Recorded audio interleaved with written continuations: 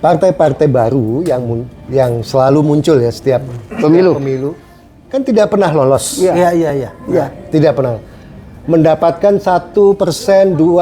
Gagal. Sulit sekali. Enggak. Dalam konteks demokrasi itu kan suara. Iya. Betul. Terus kemana itu? Ya, itu kan jumlah suara. Itu jumlah suara yang hilang. Kalau kita total dari yang 2024 ini berapa juta suara orang itu? Iya, Itu kemana itu? Makanya sebetulnya kan mereka menjadi punya peluang dengan adanya partai lokal ini. Kemudian konteks tadi ya dengan oligarki misalnya. Dengan mekanisme yang terbatas ini akan menyulitkan bagi mereka untuk masuk ke ruang-ruang itu lagi. Kita harus akhiri lah. Jangan pula pola bisnis ini dimasukkan dalam ruang politik. Bang Victor, Ya. bagaimana pandangan Abang tentang pentingnya partai lokal dalam rangka mengatasi dan membendung oligarki yang makin mencengkram demokrasi kita hari ini? Ya, munculnya oligarki ini kan baru-baru ini. Padahal dulunya mereka itu 200 perusahaan yang dibangga-banggakan oleh Soeharto. Terus mereka sekarang anak cucunya sudah masuk kepada oligarki yang memiliki kekuasaan selain ekonomi menjarah ke politik. Jadi zamannya Soeharto dulu dibatasin. 200 orang itu hanya fokus berbisnis, tidak boleh berpartai. Nah, karena ini dibukanya demokrasi dengan secara langsung oleh para profesor, doktor, lembaga survei segala macam itu menyebabkan mereka ikut main. Dikarenakan apa? Dengan sistem yang terbuka langsung seperti ini membutuhkan biaya, membutuhkan sponsor. Nah, ini mereka menjadi menentukan. Jadi mereka ikut di dalam cawe-cawe demokrasi ini, terus mereka membantu seseorang, membiayai lembaga surveinya segala macam sehingga namanya menjadi top dan segala macam, lalu dia menentukan dia minta apa nantinya setelah menang. Nah, itulah yang terjadi pada Jokowi kemarin. Jadi Jokowi kemarin itu masuknya oligarki itu karena Jokowi membutuhkan mereka. Ahok pernah bilang Jokowi tidak akan menang di Pilgub DKI kalau nggak dibantu oleh Aguan dan kawan-kawan. Nah, itulah menyebabnya demokrasi terus hancur-hancuran sampai kemari. Nah, jadi kita berharap dengan pemilu yang akan datang, dengan demokrasi yang kita berkembali kepada Undang-Undang Dasar 45 alinea keempat itu, kita berharap demokrasi kita tidak bisa dimasukin lagi oleh para oligarki tadi, karena kita batasin. Batasnya apa? Sistem. Jadi sistem yang kita mau lakukan adalah pemilu yang memilih anggota Dewan Perwakilan Rakyat di DPRD dan DPR RI dibatasin. Karena mereka hanya memilih kan satu kabupaten itu umumnya ada 100 orang anggota dewan. 100 dewan itu dipilih langsung oleh rakyat secara terbuka dan mereka akan dipilih secara aklamasi dengan dengan musyawarah mufakat atau dengan sistem suara terbanyak. Jadi di sila keempat itu ada dua alternatif. Umpamanya dalam pemilu itu partai besar dengan sosok tokoh dengan suara terbesar bisa disepakatin untuk menjadi bupati atau gubernur. Tapi bisa juga dengan alternatif perwakilan. Jadi 100 orang itu berkumpul, mereka memilih berdasarkan perwakilan masing-masing daerah itu, mereka memilih siapa yang cocok untuk menjadi pemimpin. Nah, dari situ kita akan melihat kualitas calon pemimpin itu. Tidak ada lagi yang asal-asal dari gorong-gorong gitu. Nah, kita berharap dengan sistem ini Fafa tertutup, dia tidak bisa masuk karena dia harus masuk melalui beberapa cara tadi. Nah, ini yang mau kita tawarkan. Jadi kita menawarkan bahwa yang akan datang munculnya partai lokal dengan sistem pemilu yang seperti ini menghasilkan pemimpin yang seperti ini. Jadi tidak ada lagi yang macam-macam. Jadi tidak ada pemborosan, tidak ada anggaran. Jadi anggaran itu cukup sekali pada waktu pemilu. Pemilihan anggota wakil rakyat DPRD sama DPR RI. Itulah biaya. Dan itu baru masuk ke ruangan tertutup yang namanya gedung di DPR. Sehingga tidak ada lagi masuk unsur-unsur lain. Tidak ada lagi bansos, tidak ada parcok, gitu kan? Nggak ada ini, nggak ada itu. Sehingga murni inilah hasil kesepakatan mereka. Mendesakkan supaya terjadi ada partai lokal itu. Nah, ini kita berharap dari pertemuan kita ini diviralkan sehingga partai-partai lain, pimpinan-pemimpin partai membutuhkan partai lokal itu agar supaya demokrasi di daerah itu tumbuh. Karena partai-partai nasional yang punya pusat di DPP itu tidak mampu mencegah kerusakan yang ada di desa-desa. Nah, dengan partai lokal, tokoh-tokoh desa itu mencegah kerusakan itu. Itu tanggung jawab mereka terhadap daerah mereka. Gitu kira-kira. Kalau Bang Diva gimana? Ya, implementasi daripada otonomi daerah yang murni dan konsekuen itu ya sebetulnya itu tumbuh partai-partai lokal tadi. Banyak sekali aktivis ya petani, buruh, sektor-sektor informal yang berada di daerah-daerah misalnya bisa langsung terlibat di partai lokal itu. Masyarakat adat itu kan paling berkepentingan mereka. Nah, bisa memperjuangkan kepentingannya di partai lokal itu. Otomatis kan mereka akan berada di DPRD di tingkat kabupaten dan kota. Ya. Ikut menentukan, bukan hanya didengar. Ya. Sebaliknya saya berharap elit-elit tingkat nasional ini mau membuka pintu ini. Ini yang selama ini sebetulnya menjadi persoalan fragmentasi dan isu-isu lokal itu viral dulu baru bisa diatur. Apa yang terjadi di Lampung soal jalan rusak kan itu sebetulnya ranah daerah. Tapi di DPD sendiri juga nggak bisa bawakan itu. Jadi perlu partai lokal ini lebih mengakar, lebih legitimate keberadaannya terhadap isu-isu daerah, terhadap anggaran. Itu saya kira banyak ya praktek-praktek yang. Kira-kira tumpang tindih nggak dengan kedudukan DPD? Oh enggak. Enggak. Karena itu partai lokal kan tidak berada di nasional, DPD kan hanya di pusat. Nah, soal DPD juga saya kira perlu dievaluasi. Apa yang terjadi hari ini, kita tahulah banyak kok anggota-anggota DPD itu yang awalnya juga kader partai, berpindah. Entah ada persoalan apa, sehingga berpindah kemudian. Nah, justru kan sebetulnya ide DPD ini kalau kita relate ke masa lalu, itu ada fraksi utusan daerah. Iya. Kan seperti itu. Fungsinya adalah membawa suara daerah di tingkat nasional. Tapi hari ini peran DPD kan tidak seperti itu. Bahkan dalam paripurna juga suaranya kurang bisa. Ya, saya kira dalam undang-undang yang akan datang diperkuatlah fungsi DPD ini. Supaya tadi terjadi perimbangan. Di DPR itu kan partai-partai politik. Nah, DPD ini adalah tokoh-tokoh masyarakat yang mewakili kepentingan daerah. Tadi di daerah ada partai-partai lokal.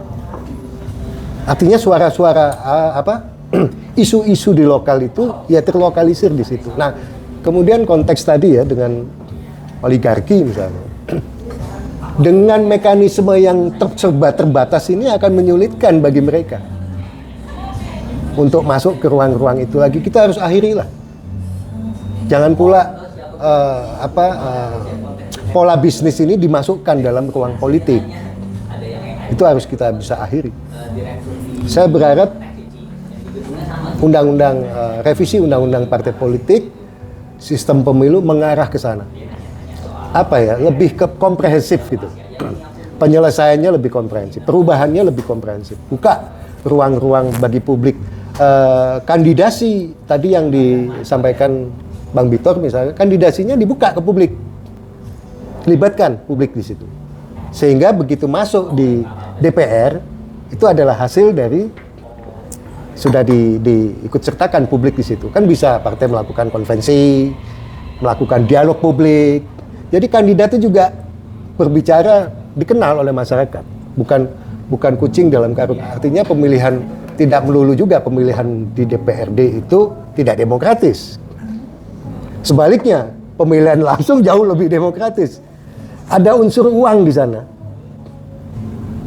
Ada manipulasi di sana. Bagaimana kita mau katakan itu demokratis? Saya kira seperti itu ya, ruangannya dipersempit. Sehingga kemunculan partai lokal tadi bisa menjadi solusi bagi isu-isu lokal yang selama ini tidak bisa terjangkau oleh partai politik. terlalu besar untuk bisa menjangkau ke daerah-daerah. Partai politik nasional maksud saya terlalu besar untuk mereka sampai menjangkau ke sana. Nah ini munculnya partai lokal ini akan bisa menjadi wadah bagi tokoh-tokoh maupun masyarakat lokal, terutama adat ya, masyarakat adat tuh jadi bisa untuk bisa mempertahankan budayanya, tanahnya, sumber daya alamnya, kan selama ini tidak dilibatkan dalam keputusan-keputusan itu. Saya kira itu. Bang Lubis, pengalaman demokrasi Indonesia ini kan panjang, sudah cukup panjang dan berkali-kali jatuh bangun seperti itu dan berubah-ubah. Abang melihat inkonsistensi penerapan demokrasi kita maupun kerumitan dan semua-muanya itu yang diantaranya seperti yang banyak dibicarakan orang, demokrasi politik berjalan tapi demokrasi ekonomi tidak berjalan. Abang melihatnya seperti apa ya demokrasi ini? Sekarang katakanlah sistem itu layak disebut sistem kan karena sistem itu mampu mencegah sifat dasar manusia bermunculan. Sifat dasar manusia seperti yang kita tahu kan, apa sifat dasar manusia. Jadi sistem itu mampu dia mengeliminir sifat-sifat manusia muncul lah, baru layak disebut sistem. Tapi kalau sistem itu hanya membuka ruang untuk teraplikasikannya semua sifat-sifat dasar manusia, itu bukan sistem namanya. Jadi demokratisasi itu tidak cerminan budaya kita. Karena demokratisasi itu cerminan budaya manusia individualistik. Kalau kita berdasarkan ajas kekeluargaan, makanya negara ini pun dibentuk berdasarkan ajas kekeluargaan. Jadi kalau kita mengacu pada kata demokrasi, harusnya kita memahami demokrasi itu secara definitif dan kenapa dulu pencetus demokrasi itu mencetuskan harus ada pemerintahan dari rakyat. Nah, itu juga harus kita juga memahaminya. Sementara muridnya yang mengucapkan kata demokrasi itu tidak setuju dengan yang disebut demokrasi oleh Socrates. Jadi Bang Lubis menolak demokrasi. Iya, karena kita tidak layak untuk menyikapi demokrasi itu, karena itu bukan dari bagian dari karakter bangsa kita. Terus apa solusi? Alternatifnya? Jadi demokrasi itu kan dulu kan Socrates menginginkannya itu kan hanya bagaimana menjaga transformasi kekuasaan itu supaya tidak diiringi oleh darah. Transformasi kekuasaan itu berjalan dengan smooth. Makanya dia bilang kalau dari pemerintahan dari rakyat mungkin bisa transformasi kekuasaan itu lebih baik daripada kekuasaan raja-raja kan gitu. Nah, itu dulu dasarnya Socrates. Dia tidak menurunkan teori dan infrastruktur demokrasi. Hanya itu aja keluhan dia menginginkan ada suatu negara yang bisa langgeng sampai 50 tahun, 100 tahun ke depan. Nah si Plato inilah mengaplikasikan keinginan dari gurunya ini. Oh berarti kalau guru aku Socrates menginginkan itu berarti secara ideal aku harus memakai monarki konstitusional. Negara ideal menurut aku. Tapi kan itu nggak mungkin Bang di tengah keragaman kita. Nggak mungkinnya di mana? Ya ketika kita paksakan ajas kekeluargaan misalnya. Loh, yang terjadi despotisme. Enggak. Loh makanya dasar pendirian negara ini dan konstitusi yang dilahirkan oleh mereka yang diwariskan mereka terhadap kita, Undang-Undang Dasar 45 itu monarki konstitusional. Itu monarki konstitusional, Undang-Undang Dasar 45 18 Agustus. Itu monarki konstitusional. Ciri-ciri monarki konstitusional itu apa? Ada lembaga tertinggi. Maskotnya, ibaratnya maskot dari monarki konstitusional itu adalah lembaga tertinggi. Nah kalau lembaga tertinggi ini diamputasi, berarti bukan lagi monarki konstitusional namanya. Nah monarki kita itu MPR, karena pencetus monarki konstitusional itu dulu mengatakan tidak melulu raja. Monarki itu, kata monarki itu tidak melulu diwakili oleh raja, bisa lembaga. Nah lembaga itulah sama dengan Malaysia. Malaysia juga kan bukan raja, turun temurun, berganti-ganti kan. Yang di Pertuan Agongnya itu Malaysia juga menganut monarki konstitusional. Inggris juga menganut monarki konstitusional karena dia raja kan. Jadi yang langgeng itu menurut Plato negara yang berdasarkan monarki konstitusional lah yang memungkinkan langgengnya suatu negara. Saya kembali ke ide ide yang sebenarnya agak pragmatis tapi juga cukup memberi solusi tentang partai politik lokal tadi itu, Bang. Apa tahap-tahap yang bisa kita lakukan untuk mewujudkan itu? Jadi kalau kita nanti dapat dukungan banyak, ya kita berdebat sama anggota-anggota parlemen partai-partai itu untuk mempertahankan konsep partai lokal ini. Maka nanti dalam sistem yang sudah dirubah dengan undang-undang memang tadi dipilih secara langsung suara terbanyak. Jadi tidak ada 50 plus 1 itu. 50% plus 1 itu enggak ada. Jadi ini 100 orang di DPRD memilih calon bupati, ya kan? Dari 100 ini dapat sekian, ini dapat sekian, seperti yang sekarang lah. Suara terbanyaknya siapa? Nggak perlu menunggu 50,1 karena ini tidak ada koalisi. 50% ada koalisi, ada threshold. Ini nggak ada. Ini polos seperti demokrasi yang anu lah. Kongres. Ya, jadi semua rakyat memilih, ya kan? Di dalam satu TPS, nanti dari TPS itu muncul orang-orang yang terpilih menjadi anggota perwakilan rakyat dari berbagai itu, terus dia menjadi dewan, dia mendapatkan praksi. Setiap partai yang punya praksi, baik itu partai nasional maupun partai lokal, berhak untuk maju. Itu yang cara kedua. Kalau yang cara pertama itu dikumpulkan 100 orang itu dengan suara terbanyak dipilih langsung. Jadi nggak ada 50%. Dia cuma dapat 40-an karena 100 suara kan, dapat 42 itu menang. Nggak ada mayoritas. Pokoknya dia menang dengan suara terbanyak. Yang seperti sekarang inilah pemilu ini. Yang sekarang kita lihat ketua dewan itu kan suara terbanyak aja. Nanti kalau dia mati meninggal PAW suara banyak berikutnya. Jadi di dalam demokrasi Pancasila ini nggak ada wakil. Presiden, ini gitu. Terus gubernur, bupati, kades. Nah, wakil itu dikompromikan. Jadi sekiranya saya dapat 42 suara di DPRD jadi bupati. Terus dalam kompromi itu kan makanya di demokrasi Pancasila wakil itu ban serep. Nggak menentukan. Makanya Bung Hatta tidak berfungsi atau semua wakilnya Soeharto nggak berfungsi. Dia menjadi serep aja, ban serep aja. Jadi sekarang ini mau dirubah sama Jokowi kan bahwa Bapak ini harus mengambil peran besar. Ini harus kita cegah. Jadi demokrasi yang di undang-undang ada yang di sila keempat itu hanya memilih presiden, gubernur. Ya, artinya bukan paket. Bukan paket. Ya, jadi seperti paket di ini koalisi. Kalau di Filipina itu kan dipisah itu, Bang. Ya. Pemilihan presiden dan wakil presiden. Jadi partai lokal misalnya dia bisa masuk sebagai wakil presiden.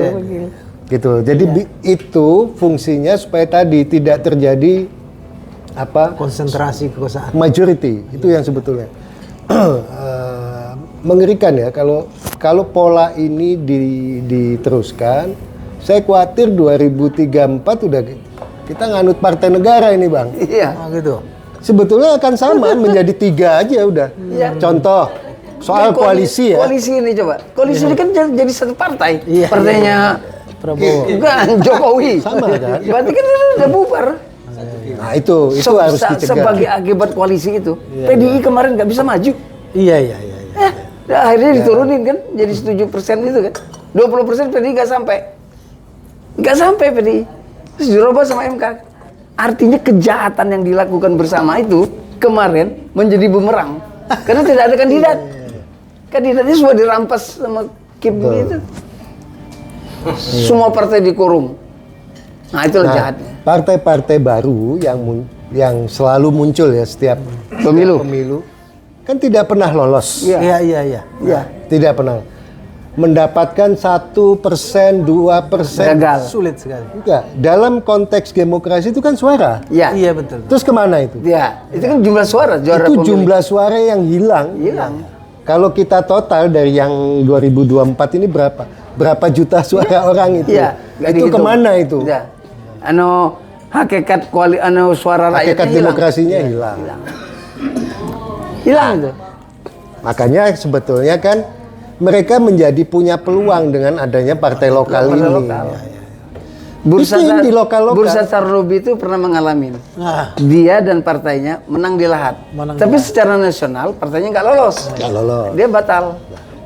Kalau undang-undang memungkinkan partai lokal kan itu jadi satu Jadi, pilihan. Satu.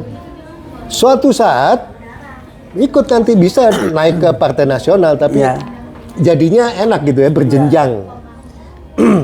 Tentu kalau Artinya kalau banyak partai-partai pilihan, yang besar kan sudah Iyalah. sudah memang Ya. tadi gitu loh, karena hasil dari Ya, benar. sistem yang ada ini terjadi penumpukan ya. semuanya ya, sumber daya, uang udah ada di situ. Nah itu menjadi tidak sehat menurut saya. Ya ini yang harus kita sehatkan Ya, supaya kenapa lebih cocok kan? Pak Lubis nggak cocok. baik. Perbedaan dari demokrasi dengan musyawarah ada dua hal yang agak prinsip. Kalau demokrasi mengedepankan hak suara, kalau musyawarah mengedepankan hak bicara. Jadi kata memilih itu harus diiringi dengan argumentasi. Nah itulah musyawarah tadi, hak bicara tadi.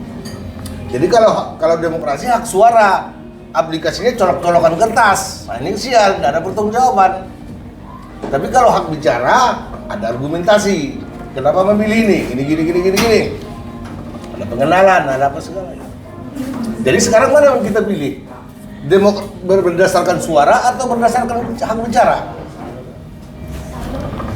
Kalau di dalam sila keempat itu dia ada tingkatan. Iya kan itu teknis lah. Itu Iya. maksud aku filosofinya. Ya musyawarah itu kan. Musyawarah itu kan hakikat daripada hasil perwakilan. Tapi asal usulnya untuk menjadi musyawarah harus ada pilihan. Kalau enggak siapa yang bermusyawarah? Siapa yang berhakikat? Enggak bisa. Kan harus ada orang. Ya udah cukup. Iya. Baik pemirsa semua, Hamid Nasution TV. Ke depan di antara solusi terkait mandeknya demokrasi yang otentik, kita memerlukan salah satu saluran partai politik lokal. Karena partai politik lokal ini pernah terjadi pada tahun 1955 pada pemilu pertama. Tidak. Mari sama-sama kita dukung ide bagus ini dalam rangka memecahkan kebuntuan demokrasi di Indonesia. Assalamualaikum warahmatullahi wabarakatuh. Waalaikumsalam. Assalamualaikum warahmatullahi wabarakatuh. Oke.